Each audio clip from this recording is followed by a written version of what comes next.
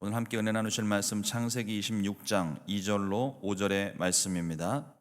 창세기 26장 2절로 5절의 말씀 우리 같이 한 목소리로 합독하겠습니다. 야훼께서 이삭에게 나타나 이르시되 애굽으로 내려가지 말고 내가 내게 지시하는 땅에 거주하라. 이 땅에 거류하면 내가 너와 함께 있어 내게 복을 주고 내가 이 모든 땅을 너와 내 자손에게 주리라.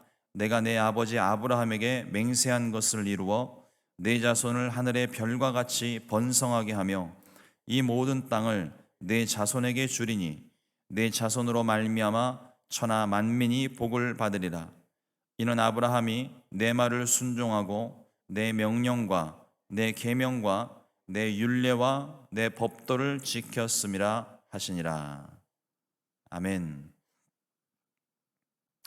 오늘 함께 봉독한 말씀 가지고 우리를 지키시는 하나님이라는 제목으로 함께 말씀의 은혜를 나누겠습니다. 하나님께서 우리를 지키고 계십니다. 오늘 하루도 하나님께서 지키시는 은혜가 저와 여러분들의 삶 가운데 충만하기를 주님의 이름으로 축원을 드립니다. 우리는 하나님께서 지키시고 또 복을 주시는 그 은혜 속에 살고 있지만 그럼에도 불구하고 우리는 여전히 세상 가운데서 또 살고 있습니다. 어떤 목사님이 그런 말씀 하시더라고요. 우리가 구원함을 얻고 하나님 나라 백성이 되었는데 왜 천국 가지 않고 이 땅에서 살고 있는가? 그렇지 않습니까? 구원받았으면 하늘나라 가야 되는데. 근데 그 목사님이 그런 말씀 하시더라고요. 아직 이 땅에 우리가 할 일이 남아 있어서 생명을 여기에 두신 거라고.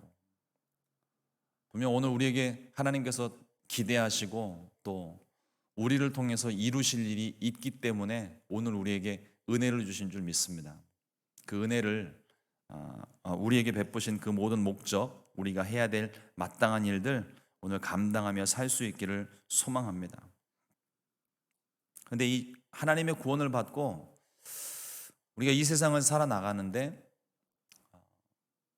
인생에 참 굴곡이 많은 것 같아요. 어려운 일을 만날 때도 있고 또 세상 다 얻은 것처럼 행복할 때가 있다가 어느 순간 갑자기 꼬꾸라지기도 하고 예수님 믿으면 그런 일 없을 것 같았는데 예수님 믿고 살다 보니 여전히 그런 일들이 우리 안에 일어나고 있습니다. 근데 그게 인생인 것 같아요. 그 굴곡 가운데 살아왔지만 하나님의 구원함을 얻고 그 굴곡 속에서 이제는 하나님을 만나는 것, 그게 그리스도인의 삶이 아닌가, 신앙생활이 아닌가 생각을 해봅니다. 세상 사람들은 인생의 굴곡을 운명처럼 받아들이고 힘들어하지만 그리스도인들은 그 인생의 굴곡 속에서도 믿는 구석 하나가 있습니다. 보이지는 않으나 우리를 지키시는 하나님의 손입니다. 어떻게 하면 그 하나님의 손을 의지하고 이 세상 가운데 우리가 은혜로 살아갈 수 있을까요? 오늘 말씀을 통해서 함께 은혜를 좀 나누기를 원합니다. 첫 번째로 인생에 고난이 있을 수 있습니다. 아브라함 때에도 흉년이 있었습니다. 근데 오늘 말씀해 보니까 이삭 때에도 또 흉년이 있었습니다. 앞서 말씀드린 것처럼 이게 인생입니다. 우리 앞에 크고 작은 일들이 많이 벌어집니다. 어떤 사람은 인생의 문제를 만났을 때, 어려운 일을 만났을 때 운명 탓을 합니다. 도대체 내 인생이 왜 이럴까? 허구한 날 내 인생은 왜 그럴까? 남들은 좋은 일도 많이 일어나고 로또 같은 것도 당첨되고 참 살맛나게 사는 것 같은데 내 인생은 왜 이럴까? 또 어떤 사람들은 조상 탓을 하기도 합니다. 어떤 사람은 문제를 만날 때마다 재수 온 붙었다고 신세한탄을 하기도 합니다. 성도들 중에서도 약간의 오해가 좀 있는 것 같습니다. 예수님 믿으면 만사형통한다고 생각합니다. 그렇게 들었고, 예수님 믿으면 문제가 해결되고, 예수님 믿으면 병이 낫고, 예수님 믿으면 기적이 일어난다고 듣고 예수님 믿었습니다. 근데 예수님 믿고 나니까 그런 일이 있기도 한데 안 그럴 때도 있습니다. 여기서 말하는 만사형통이라고 하는 것은 인생에 어떤 문제도 생기지 않는 상태. 우리 그걸 원하잖아요. 문제 없는 인생이 펼쳐질 것이라고 믿고 또 그렇게 바라고 있습니다. 우리가 그러기를 바라지만 꼭 그렇지만은 않습니다. 문제가 있을 수 있고 고난도 있을 수 있습니다. 하지만 우리가 두려워하지 않을 것은 하나님이 우리와 함께 하시기 때문입니다. 말씀드린 것처럼 인생의 굴곡 가운데 세상 사람들은 굴곡 속에서 멀미를 하기도 하고 괴로워하기도 하고 힘들어하기도 하지만 우리 그리스도인들은 이제 하나님을 믿고 구원받은 백성이 되어서 가장 큰 은혜가 무엇이냐면 그 고난 가운데에도 나와 함께 하시는 분이 계신다는 거예요. 그 고난 가운데 나를 붙들어 주시는 분이 계신다는 사실입니다. 그리스도인들은 운명론을 믿지 않습니다. 어떤 문제가 있어도 어떤 상황에 있어도 하나님이 함께 하시기 때문입니다. 하나님이 함께 하시면 문제가 될 수 없고 고난이 고통스럽지 않습니다. 하나님이 함께 하시기 때문입니다. 예전에 한 번쯤 들어보셨는지 모르겠는데 가게에 흐르는 저주를 끊어라 하는 말을 보셨는지 모르겠어요. 세상 사람들이 그런 거 있습니다. 이게 병원 같은 데도 가면 의사 선생님들이 과학적으로 밝혀낸 증거라고 말들도 합니다. 유전병이라는 게 있잖아요. 그래서 부모님 때에 암이 있었으면 자녀들 때에도 암이 생긴다고, 그럴 확률이 높다고. 의사 선생님도 참 그래요. 정확하게는 얘기는 안 해요. 확률로 얘기를 해요. 근데 실제로 또 보면 그런 사람들이 많은 것 같기도 해요. 그리스도인들은 거기에 연연하지 않습니다. 왜냐하면 부모님 때의 암으로 돌아가셨다 할지라도, 암 때문에 힘들어했다 할지라도 우리는 예수님 믿고 기도하면 병을 고침 받습니다. 유전병의 영향을 받는 게 아니에요. 어찌 보면은 그게 다른 사람들이 말하는 것처럼 가게에 흐르는 저주인 것처럼 보일지 모르겠어요. 그러나 내가 예수님 믿고 예수님께 기도하면, 나를 치료하시고 구원하시는 예수님 믿고 기도하면 아무리 유전병이라 할지라도, 세상 의사들이 못 고치는 질병이라 할지라도 나 때에 고침받고 끊으면 되는 거예요. 그게 우리에게 기적입니다. 문제 일어날 수 있어요. 환경이 맨날 어려울 수 있어요. 그러나 내 때에서 내가 기도하여서 이 모든 환경의 문제를 무너뜨리고 내게 있는 모든 질병과 가지고 있는 문제들 끊어버리면 우리의 자녀들은 그런 문제를 안 만나지 않을까요? 하나님이 함께 하시면 모든 문제를 해결해 주십니다. 결국은 하나님께서 우리의 기도를 들으시고 기도에 응답하시기 때문에 우리가 가진 문제는 사라지고 모든 문제가 해결되고 주님 주시는 평안이 우리에게 임하기 때문입니다. 이게 우리 믿음 안에서 말하는, 성경에서 말하는 만사형통입니다. 문제를 없다 말하는 것이 아니라 문제가 있어도 이제는 상관없는 거예요. 나와 함께 하시는 하나님이 그 문제를 해결해 주시고, 문제 속에서 이 성경에서 가장 큰 복이라고 제가 믿고 있는 것이 뭐냐면 하나님을 가까이 함이 내게 복이라. 문제 상황이지만, 어려운 일이 있지만, 질병이 있지만 그 속에서 하나님을 더 가까이 할 수 있는 복. 때로는 그게 고난이 다가오고 질병이 다가오는 게 내게 복일 수 있는 것이 뭐냐면 그거를 통해서 내가 하나님께 한 걸음 더 다가가기 때문에 그래요. 어려운 일을 만나서 세상 사람들은 주저앉지만 우리는 주저앉지 않고 하나님께 한 걸음 더, 하나님을 한 번 더 만나는 역사, 그 속에서 문제가 해결되면 너무너무 감사한 일이고요, 문제가 해결되지 않는다 하더라도 우리에게 복이 되는 것이 내가 하나님을 한 번 더 찾을 수 있고 하나님께 조금 더 가까이 갈 수 있는 그 복을 얻었기 때문입니다. 하나님이 함께 하시면 모든 문제와 고난을 넉넉히 이길 수 있습니다. 하나님께서 길을 예비하시기 때문입니다. 길을 여시기 때문입니다. 오늘 하루 저와 여러분들의 삶 속에 하나님이 여시고 하나님의 응답을 경험하는 은혜가 있으시기를 주님의 이름으로 축원을 드립니다. 둘째로 하나님의 약속을 기억해야 됩니다. 이삭이 흉년을 만나서 그랄 땅에 있을 때 하나님께서 아브라함에게 하신 약속을 다시 알려주세요. 오늘 말씀에 창세기 26장 3절 4절 말씀을 요약해 보면 내가 너와 함께 있어, 하나님이 함께 하시는 복입니다. 내가 이 모든 땅을 너와 내 자손에게 주리라, 약속하신 땅을 우리에게 주시는 복입니다. 또 하늘의 별과 같이 되는 자손 번성의 복, 천하 만민이 복을 얻게 되는 복의 근원이 되는 복, 아브라함에게 약속하신 그 약속을 이삭에게 다시 들려주세요. 아브라함에게 하신 약속이 아브라함 당대에서 끝나는 것이 아니라 이삭에게도 그 복이 계속 이어지고 있습니다. 그런데 여기 중요한 말씀 하나가 있습니다. 창세기 26장 5절 말씀을 보면요, 이는 아브라함이 내 말을 순종하고 내 명령과 내 계명과 내 율례와 내 법도를 지켰음이라 하시니라.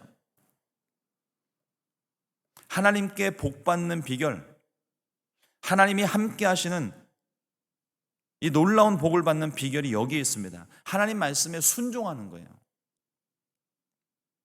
말씀이 곧 하나님입니다. 하나님의 약속의 말씀이 있는 곳에 거기에 하나님이 계시는 거예요. 하나님이 함께 하신다는 약속은 바꿔서 말하면 하나님의 말씀이 머무는 곳에 내가 참여하는 거예요. 순종함으로 그 말씀 속에 내가 참여하는 겁니다. 그때 하나님이 우리와 함께 하시는 거예요. 그때 하나님이 우리를 형통케 하시는 겁니다. 그때 하나님이 문제를 해결해 주시고 우리의 질병을 치료하시는 것입니다. 이것이 순종이에요. 하나님의 약속이 지켜질 때 우리는 그 속에서 하나님을 만날 수 있습니다. 약속이 없는 곳, 약속이 머물지 않는 곳에서는 하나님을 만날 수 없습니다. 주님이 말씀하시잖아요. 내게로 오라, 이리로 오라, 나를 따라오너라. 하나님이 계신 곳으로 우리를 부르고 계십니다. 성경에는 주님이 먼저 우리를 찾아오신 부분이 있어요. 말씀이 육신이 되어 이 땅 가운데 오셨을 때 주님이 먼저 우리를 찾아오셨죠. 우리가 주님에게로 간 것이 아닙니다. 그러나 이것은 우리가 하나님께 나아갈 수 없을 때 우리를 먼저 찾아오신 은혜예요. 우리가 죄가 있기 때문에 하나님 앞으로 나갈 수가 없습니다. 구약의 말씀들을 보게 되면 죄 있는 자가 하나님 앞에 나갔다가는 그 자리에서 당장 죽어요. 근데 우리는 세상 가운데 죄 짓고 방황하다가도 성전에 나왔는데 아무도 안 죽어요. 왜 그렇습니까? 주님이 먼저 우리의 죄를 용서하셨기 때문에. 이제는 죄 짓지 않기를 원하지만 죄가 있어도, 내가 죄를 지은 죄인이어도 하나님 앞에 나아올 수 있는 은혜를 주셨다는 겁니다. 길이 열렸어요. 말씀에 기록된 것처럼 보혈의 공로 힘입어 우리가 이 하나님 앞에 나아올 수 있는 겁니다. 이게 십자가의 은혜인 거예요. 이제는 십자가로서 우리의 죄를 청산하시고 생명으로 나아올 수 있는 길을 열어주셨습니다. 주님이 여신 길을 통해서 주님께 나아오는 자, 주님을 찾아오는 자, 내게로 오라 말씀하신 그 말씀에 순종하여서 주님을 찾는 자들, 그 모든 사람들이 주님을 만날 수 있는 은혜를 얻었다는 겁니다. 어려운 일이 있을 때 우리에게 주신 하나님의 약속의 말씀, 우린 반드시 기억해야 됩니다. 막 문제 속에서 방황하다가 어느 순간 갑자기 약속의 말씀이 떠올려지는 것, 그 약속의 말씀을 붙잡는 것만으로도 우리에게 은혜가 되는데, 성경 말씀을 보면은요, 약속의 말씀을 기억하라고 하시는 그 부분에 보이지 않게 문법적으로 우리에게 말씀하시는 것이 무엇이냐면, 고난이 있을 때 의도적으로 하나님의 약속을 기억해 내라는 말씀이 있어요. 어렴풋이 그냥 어느 날 갑자기 번뜩 생각나는 하나님의 약속의 말씀도 은혜인데, 주님이 더 원하시는 건 뭐냐면, 고난 가운데에서 그 약속의 말씀을 우리가 일부러라도 찾아서 그 약속의 말씀을 붙들어야 그 고난을 이길 수 있다는 걸 말씀하십니다. 어려운 일이 있을 때 약속의 말씀 붙잡게 되시기를 주님의 이름으로 축원합니다. 그 약속의 말씀이 곧 하나님이고, 그 약속의 말씀 속에 있을 때, 우리가 참여할 때, 그때 하나님을 우리가 만날 수가 있는 겁니다. 여러분, 오늘 하루 약속하신 말씀을 지켜 행하고 순종하여 그 말씀 속에 약속 안에 머무시는 하나님을 경험할 수 있게 되시기를 우리 주님의 이름으로 축원을 드립니다. 셋째로, 우리를 지키시는 하나님을 우리는 신뢰해야 됩니다. 단어 하나 더 덧붙이자면 끝까지 신뢰하셔야 돼요. 이삭은 하나님의 약속을 받았지만 그랄 땅에서 거주하는 동안 아브라함이 저지른 실수를 똑같이 저지릅니다. 자신의 아내를 누이라 말하고 아내라고 말하지 않았습니다. 무슨 홍길동전도 아니고 아내를 아내라 부르지 못하고 정직하지도 못하고 숨기고 감추었습니다. 이유도 그 아버지와 똑같아요. 나 살겠다고. 사람들이 나 죽일 것 같으니까 당신 누이라고 합시다. 틀린 말도 아니니까요. 그런데 현재는 오누이 관계가 아니라 사촌, 오빠, 동생 관계가 아니라 부부잖아요. 사실을 사실대로 말을 안 한 거예요. 이유는 나 살겠다고. DNA가 그래서 그런 걸까요? 이럴 때는 이렇게 하라고 가르치지도 않았는데 부전자전입니다. 똑같이 그랬어요. 아브라함이 그렇게 했듯이 이삭이 반복적으로 또 실수하는 이유가 무엇일까요? 우리를 지키시는 하나님을 신뢰하지 못했기 때문입니다. 약속의 말씀을 받았어요. 지키시겠다 말씀하셨고 복 주시겠다고 하셨고, 천하 온 세상 가운데 자손이 하늘의 별과 같이 많아지고 내게서부터 민족이 나오고 내게서부터 왕들이 나오고, 얼마나 놀라운 축복입니까? 그 약속의 말씀을 주셨으면 그걸 이루심을 믿고 내가 끝까지 하나님을 신뢰해야 되는데 하나님을 못 믿는 거예요. 그러니까 내가 죽을 것 같으니까 사람들에게 거짓말하고 속여서 나 살겠다고 방법을 찾아낸 거죠. 사람들이 참 간사합니다. 하나님 말씀을 듣고도 순종하고 싶은 것만 골라서 순종을 해요. 내게 유익이 되면은요, 조금이라도 이익이 생길 것 같으면 순종합니다. 그런데 그 이익을 계산해 보는데 손해가 더 많이 나는 것 같으면 순종 안 해요. 거부합니다.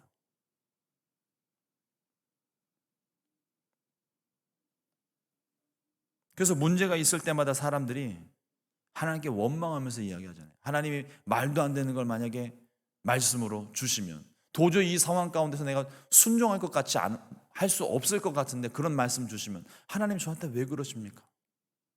저한테 무슨 억하심정이라도 있으십니까? 내가 뭘 잘못했습니까? 이렇게 물으면서 하나님의 뜻을 거절하기도 하죠. 환경이 어떠하든 우리의 왕 되신 하나님, 아버지 하나님, 우리 주인 되신 주님을 끝까지 믿어야만 합니다. 지키신다고 하셨잖아요. 우리를 돌보시는 분이시고 무엇보다 우리 인생 전체를 책임져 주시는 분이에요. 우리는 환경을 따라 사는 것이 아니라 주의 이끄시는 대로 인도하심 따라 순종하는 삶을 살아야 할 줄로 믿습니다. 그러면 하나님께서 마침내 우리의 삶을 형통하게 하시는 거예요. 지금 문제를 만났지만 하나님이 우리를 형통케 하시는 것, 우리 얼마 전에 이 형통이라는 단어의 뜻을 한번 보지 않았습니까? 나아간다라는 뜻인데 조금 더 의미를 확대해 보면 돌격한다는 뜻이에요. 강조해서 말씀드려요. 돌격한다.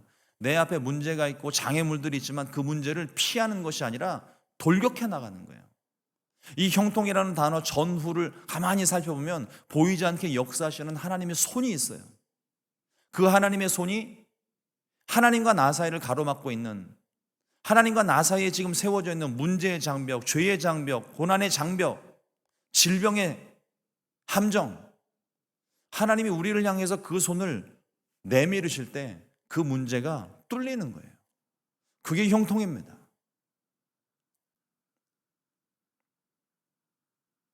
우리가 하나님의 말씀 믿고 하나님 의지하고 어렵지만 힘들지만 그러나 순종할 때, 그러면 하나님께서 마침내 우리의 삶을 형통하게 해주십니다.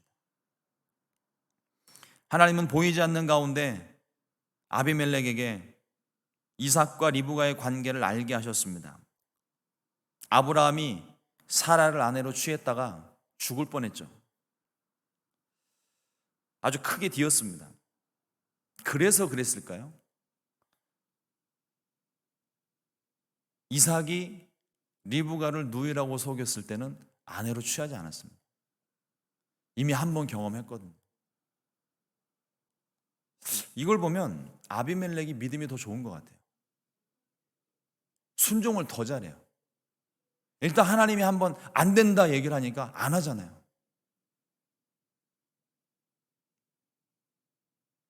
우리의 환경을 바라보면 항상 두려움뿐입니다. 우리가 높은 곳으로 올라갈 때, 뭐 암벽 등반을 하든지 아니면 하다못해 우리 성전의 이 등을 교체할 때도 사다리를 이렇게 이어놓고 높은 데 올라가면 다리가 벌벌벌 떨려요. 예전에 있었던 성전에도, 우리 순복음 시카고 교회 말고 전에 사역하던 교회의 성전도 천정이 되게 높았거든요. 근데 어느 날 보니까 성전 등이 몇 개가 나갔어요. 그래서 그때 저희 장로님하고 장로님 아들과 그 아들 친구들 죄다 불러서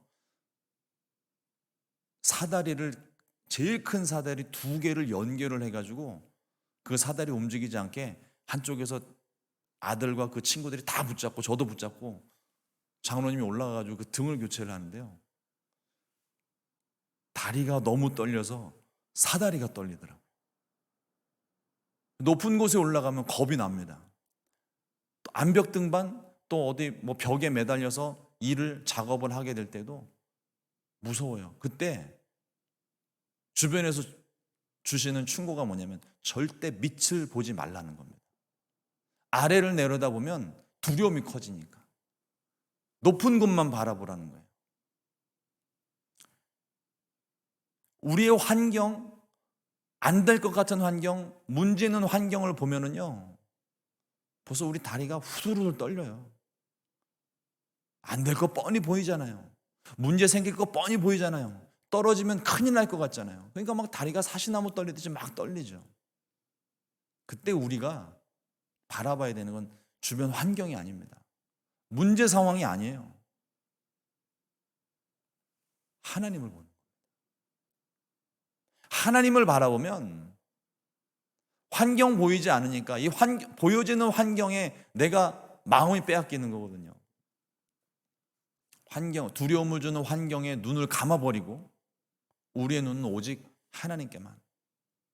마치 경주마가 한 곳을 향하여 집중할 수 있도록 이 눈을 가리고 있는 것처럼 우리의 두려움을 가져다 주는 모든 것들을 다 막아버리고 우리는 오직 하나님만 바라보는 거예요. 하나님께서 그걸 제일 기뻐하시는 것 같아요. 그걸 제일 옳다 여기시는 것 같아요. 우리가 하나님을 바라보고 하나님 도와주십시오. 하나님 이 문제가 너무 버겁습니다. 힘듭니다. 하나님이 해주셔야 됩니다.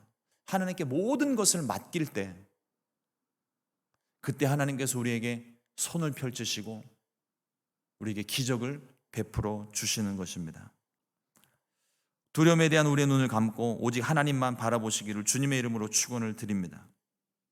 오늘 하루 우리를 지키시는 하나님 신뢰하고 믿음으로 담대하게 순종하시기를, 그래서 우리와 함께 하시는 하나님을 경험하는 복된 한 날이 되시기를 우리 주님의 이름으로 축원을 드립니다. 기도하겠습니다. 하나님 감사합니다. 오늘도 귀한 시간 하나님 말씀으로 시작하고 또 특별히 우리 앞에 펼쳐질 수많은 문제들 있지만 우리가 무엇을 바라보아야 하고 그 상황 가운데 어떻게 해야 하는지 분명히 말씀을 통하여 주시니 감사합니다. 우리 인생 가운데 수많은 문제들이 있지만 문제 때문에 힘들어하지 않게 하시고 하나님 그 상황 가운데 우리와 함께 하시는 주님을 경험할 수 있게 하시고 또 우리를 지키시는 돌보시는 하나님을 끝까지 신뢰하여서 하나님께서 우리 가운데 베푸시는 은혜, 하나님께서 우리에게 경험하게 하시는 놀라운 기적